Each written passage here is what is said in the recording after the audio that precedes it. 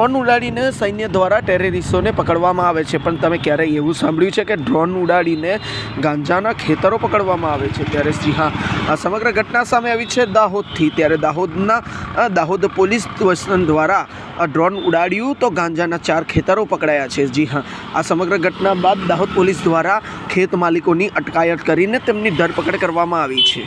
આ સમગ્ર ઘટના બાબતે દાહોદના ડીસીપી દ્વારા નિવેદન પણ આપવામાં આવ્યું.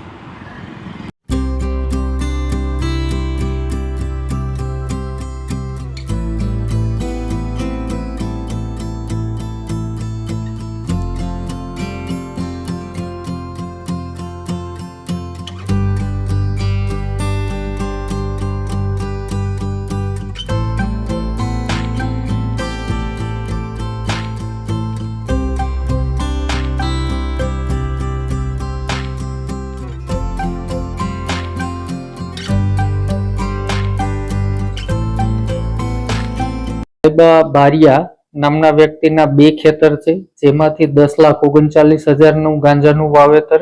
ગુલાબ ફૂલસિંહ બારિયા એનું 1 ખેતર છે, જેમાં આશરે 2,80,000 રૂપિયાના ગાંજાના છોડનું વાવેતર. અને રમીલાબેન ભારતભાઈ બારિયા જેના ખેતરમાંથી 3,72,000 ના ગાંજાના વાવેતરના કેસ કરવામાં આવ્યા છે.